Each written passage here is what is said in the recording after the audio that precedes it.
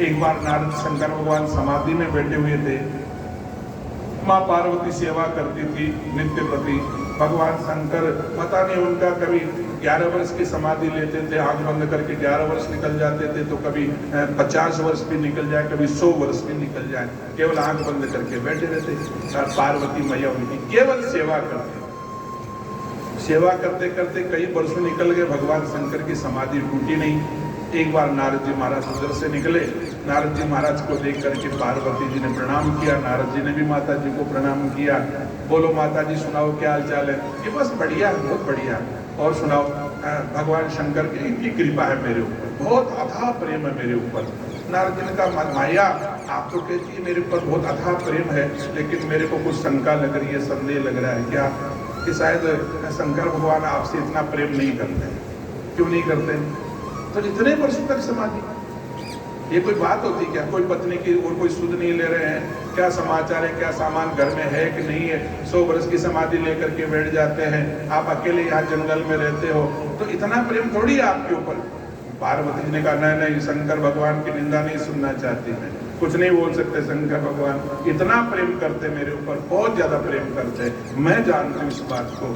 नारद जी ने कहा, अच्छा आपको इतना विश्वास है शंकर भगवान के प्रेम के ऊपर? कि हाँ, बहुत अच्छा मेरे को विश्वास है। शायद शंकर इस धरती पर मेरे जो पति हमारे स्वामी है शंकर भगवान है, मेरे ऊपर जितना प्रेम करते शायद ही कोई पति अपनी पत्नी से प्रेम करता हो। नारद जी महाराज को बड़ा आश्चर्य हुआ। नारद जी महाराज का जो काम था उन्होंने शुरू किया। अच्छा माता जी, मैं मानता हूँ आपकी बात को, लेकिन एक बात बताओ, जब इतना प्रेम करते हैं तो सारी बात मन की कह देते होंगे आपको तो? कि हाँ, पूरी बात बता देते मेरे को, तो अपने मन की बात भी बता देते। अच्छा, फिर तो आपसे बहुत ज्यादा प्रेम करते हैं। ठीक है, एक बात बताओ माता जी, ये जो शंकर भगवान के जो गले में जो मुंड माला है, मुंडियां जो माला बना करके मुंडियों की जो पहन रखी है भगवान ने माला, तो आप जानते हो क्या है? भगवान शंकर ने बताया क्या कभी आपको कि ये मुंड किसके हैं? अरे मुंडों की माला पहन रखी है, इतने मुंड है माला में, तो बताओ आपको कभी बताया कि मुंड किसके हैं? पार्वती जी ने कहा, ये तो नहीं बताया आज तक। तो फिर क्या क्या क्या खाक का प्रेम करते हैं? ये तो बनावटी प्रेम है। जब इतनी सी बात नहीं बताई आपको, आप कहते हो मन की बात बता देते हैं। इतनी बात तो छिपा रखी है आपसे। नारद जी महाराज तो इतना कह करके नारायण नारायण करते चले गए। पार्वती जी इंतजार करे कब भगवान समाधि खोले, कब इनसे पूछूं, कब समाधि खोले, कब पूछूं। और अंत में सज्जनों एक बार भगवान शंकर की समाधि टूट गई। तो हमेशा तो क्या होता था, शंकर भगवान समाधि से जगते थे तो पार्वती जी आरती करती थी, उनकी सेवा करती थी, माला पहनाती थी। आज न तो कोई आरती, न कोई माला, न कोई पानी, न कुछ पुष्प, कुछ नहीं। शंकर भगवान ने मन में विचार किया, अब पार्वती जी कहाँ गई? सामने देखा तो मोटो मुंडो कुलारिया बैठे। पार्वती जी क्रोधित, कोप भवन में जाते हैं ना। हाँ, पहले कोप भवन होता था। पहले आपने रामायण सुनी थी, केकई कोप भवन में चली गई थी अपनी बात मनवाने के लिए। तो पहले जो मकान बनते थे राजा महाराजाओं के, उसमें एक कोप भवन भी बनता था, कोप भवन बनता था। स्त्री को अगर अपनी बात मनवानी होती थी, या क्रुद्ध हो जाती या नाराज हो जाती थी, तो कोप भवन में चली जाती। वैसे ही पार्वती जी ने किया। वहाँ तो शमशान में रहते थे, कोई वैसे मकान तो नहीं थे, लेकिन एक कुटी का न भूषणा की कुटी का न बैठे आता है। शंकर भगवान पार्वती जी से कहा, बोलो देवी क्या बात है, ऐसे क्रोध नाराज कैसी हो? कि कुछ नहीं, आपसे कुछ नहीं पूछना। अरे देवी बताओ तो सही, बात क्या है? पार्वती जी ने कहा, आप इतने दिन तक बनावटी प्रेम करते थे मेरे से, क्यों? आपने कभी ये नहीं बताया कि आपके गले में जो मुंड माला है, ये मुंड किसके हैं? भगवान शंकर ने देखा पार्वती जी ने आज तक नहीं पूछा, आज क्यों पूछ रही है? शंकर भगवान ने कहा, देवी कि हाँ स्वामी, मेरे को समाधि में बैठने के बाद में नारद जी आए थे क्या? क्योंकि ये तो नारद का ही काम है, और कोई काम नहीं किसी का काम। पार्वती जी ने कहा, हाँ आए थे ना नारद जी, वही तो बता के गए मेरे को। बस ठीक है। तो बताओ, बाद में प्रसन्न होंगी, पहले ये बताओ ये मुंड किसके? शंकर भगवान ने कहा, देवी चिंता मत करो, शंका मत करो, मैं तेरे पर इतना प्रेम करता हूँ, शायद ही कोई पति अपनी पत्नी पर करता होगा। तो आपने ये बात तो छिपा रखी है। अरे छुपा नहीं रखी है देवी, मैं आपको असली बात बताऊं क्या, कि तुम पूछना चाहती है मुंड किसके है, किसके है, ये मुंड तेरे ही है और किसी के नहीं। ये देवी ये जितने भी मुंड हैं ये तुम्हारे हैं। मेरे मुंड की, हाँ देवी ये तेरी ही मुंडमाला है। इतने जन्म हो गए तुम्हारे, इतनी बार तुमने जन्म ले लिया, इतनी बार मर चुकी हो, और जब जब तुम्हारी मृत्यु हुई है तो मैं तेरे वियोग को सहन नहीं कर सका है, और तेरी मुंडों की माला बना करके अपने हृदय के पास में रखता हूं। इतना प्रेम करता। पार्वती जी ने कहा ये बात जचने वाली नहीं है, कैसे, इतनी बार मेरा जन्म, इतनी बार मृत्यु, कि हाँ देवी, तो मैं जब इतनी बार मर गई और इतनी बार मेरा जन्म हो गया, तो क्या आप नहीं मरे क्या इतने दिनों तक? नहीं देवी, मेरी तो मृत्यु होती नहीं है, मैं मरता ही नहीं। क्यों?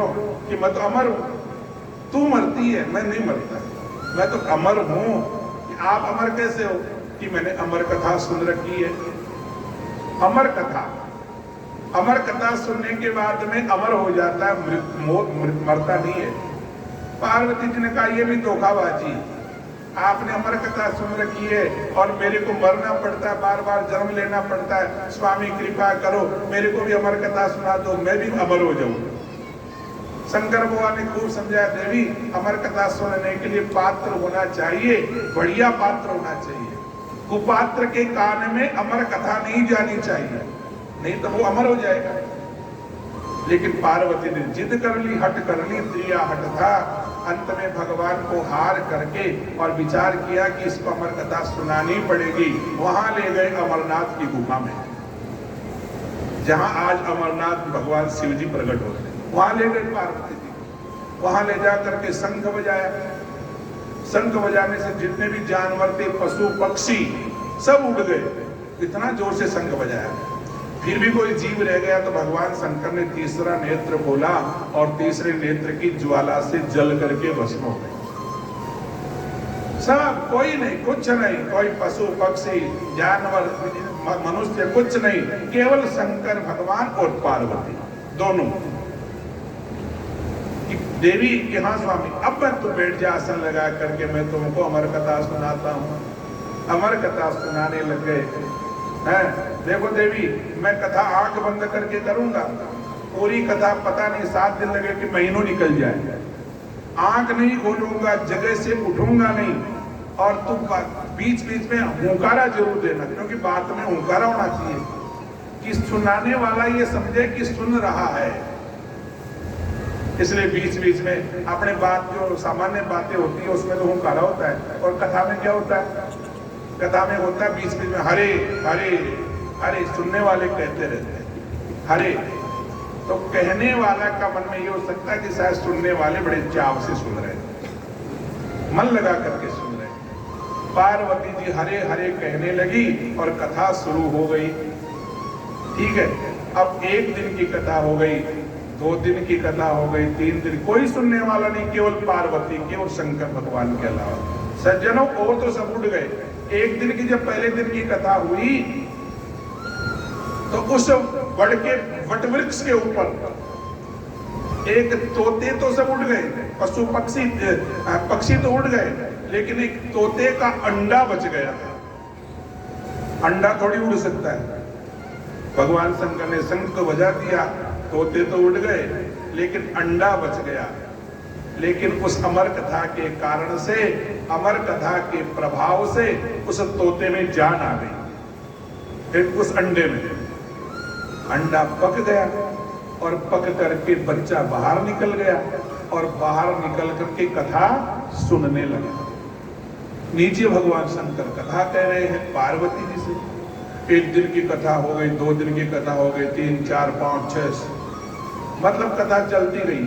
11वें स्कंद की कथा कह रहे थे शंकर भगवान भागवत की। ये भागवत को ही अमर कथा कहते हैं, भागवत को ही अमर कथा कहते हैं। तो जब 11वें स्कंद की कथा हुई, अब और जो दिनों में, जैसे आज का दिन है, ज्ञान का दिन है, आज केवल ज्ञान की कथा है, कोई लटक झटक नहीं इसमें। हाँ, कल से कथा शुरू हो जाएगी, तो कल वराह भगवान की कथा है, फिर शंकर भगवान, फिर सती की कथा आ जाएगी, 5वें जड़ भरत की कथा आ जाएगी, फिर भगवान कृष्ण का जन्म हो जाएगा, फिर नाचना गाना शुरू हो जाएगा। इसमें तो मन लग जाता है सबका। लेकिन ज्ञान की कथा आती नींद आने लग जाती है। आती है कि नहीं? कत्तो गांडो आदमी बोलेंगे, लेकिन बार अभी जीवात्मा परमात्मा सब ये ज्ञान की चर्चा करने लग जाएंगे कथा में। वो सत्य क्या है, चित्त क्या है, आनंद क्या है, इनका विश्लेषण करेंगे तो सबको नींद आ जाएगी। काई महाराज काई माता तो पल्ले ही कौन पटरी काई। तो ये जब एकादश स्कंद की जो कथा आती है उसमें सब ज्ञान की चर्चा, ज्ञान का विवेचन, आत्मा परमात्मा का विवेचन है, भगवान की माया का विवेचन है एकादश स्कंद में। तो एकादश स्कंद की कथा सुनाने लगे शंकर भगवान पार्वती जी को, तो पार्वती जी को नींद आ गई। नींद बड़ी बैरण है, कथा में बहुत जल्दी आ और ज्ञान की चर्चा में ज्यादा आता है। पार्वती जी को नींद आ गई। नींद आ गई तो 1-2 मिनट हो गए। तोते का बच्चा सुन रहा था ऊपर। तोते का बच्चा ने 7 दिन 6 दिन तक कथा सुन ली, तो ज्ञान तो हो ही गया। ज्ञान हो गया तो मन में विचार किया, उस तोते के बच्चे ने विचार किया कि माता जी को नींद आ गई, हुंकारा बंद हो गया। अगर हुंकारा बंद हो गया तो भगवान जग जाएंगे, कथा बीच में अधूरी रह जाएगी। तो क्या करना चाहिए? पार्वती जी की जगह वो तोते का बच्चा ही हुंकारा देने लग गया। पार्वती की जगह तोते का बच्चा ही हुंकारा देने लगा। भगवान शंकर कथा कह रहे थे और तोते का बच्चा कहने लगा हरे हरे हरे। पूरी कथा हो गई। कथा हो करके और जब भगवान शंकर ने आंखें खोले, बोलो सच्चिदानंद भगवान की। 7 दिन की कथा पूरी हो गई और 7 दिन की कथा पूरी होने के बाद में शंकर भगवान ने आंखें खोली। आंखें खोली तो आई देख रहे शंकर भगवान पार्वती जी तो सो गया, नींद आ गई।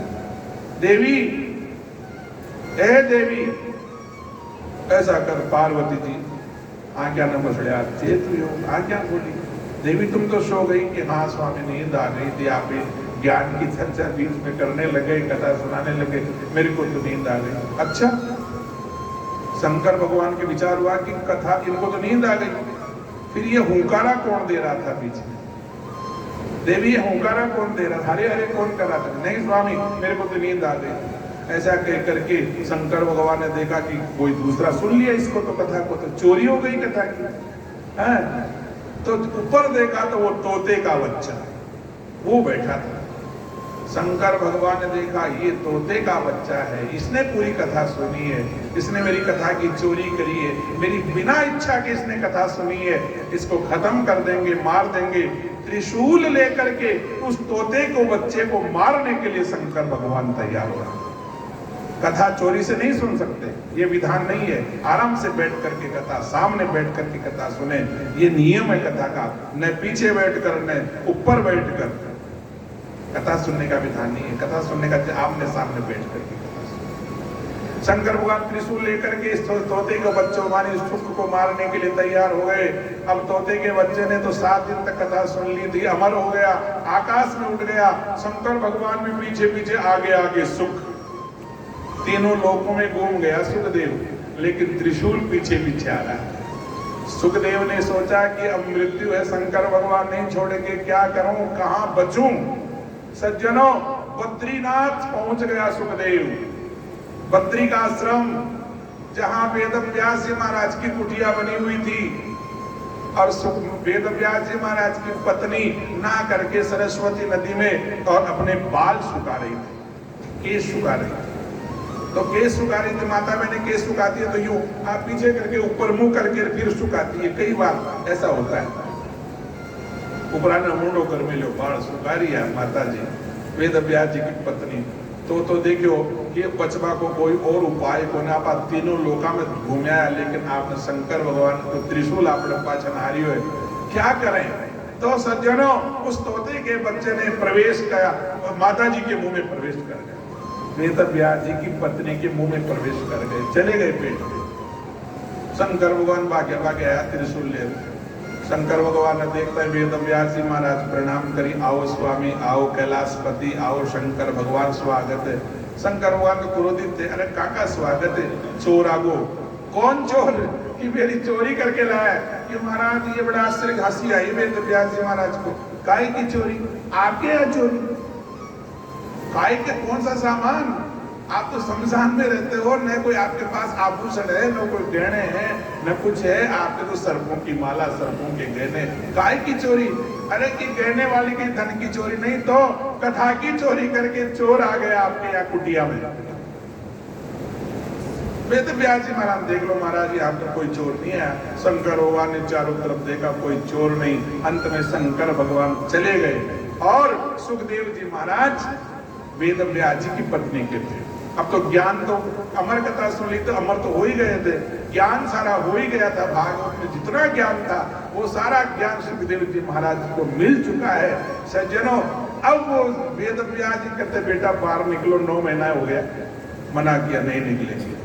16 वर्ष के बाद में निकले सुखदेव जी महाराज। इसलिए निकले, ज्ञान पूरा था, इसलिए जन्म लेते ही माँ के गर्भ से और विचार किया, ज्ञानी तो थे ही, विचार किया कि अगर संसार में रहूंगा, घर में रहूंगा तो पता नहीं ये परिवार का मोह में मैं फंस जाऊंगा, इसलिए परिवार में नहीं रहना है।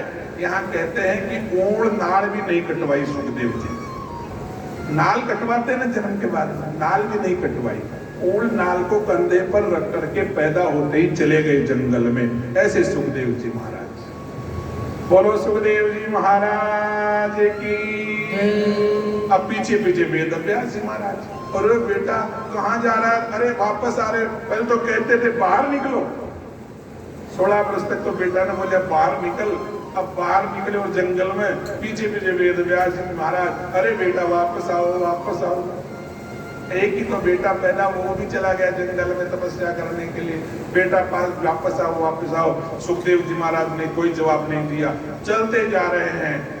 वे ये जो वृक्ष थे, आम के ये इत्यादि वृक्ष जो मार्ग में थे, उन वृक्षों ने वेद व्यास जी को कहा, जवाब दिया, अरे वेद व्यास जी महाराज किसको बुला रहे? कौन का पुत्र, किसका पिता? वो तो ब्रह्म ज्ञानी हो गए, अब वापस आने वाले नहीं है, आप ही वापस चले जाओ। वेद व्यास जी महाराज पुत्र को छोड़ करके जंगल में छोड़ करके और स्वयं वापस आ गए। ऐसे सुखदेव जी महाराज यम प्रव्रजन्तमनुपेतमपेत कृत्यम द्वैपायनो विरह कातर आजुहाव पुत्रेति तन्मयतया तरवो विनेदुः तम सर्वभूत हृदयम मुनिमानतोऽस्मि। ऐसे सुखदेव जी महाराज को हम सब प्रणाम करते हैं।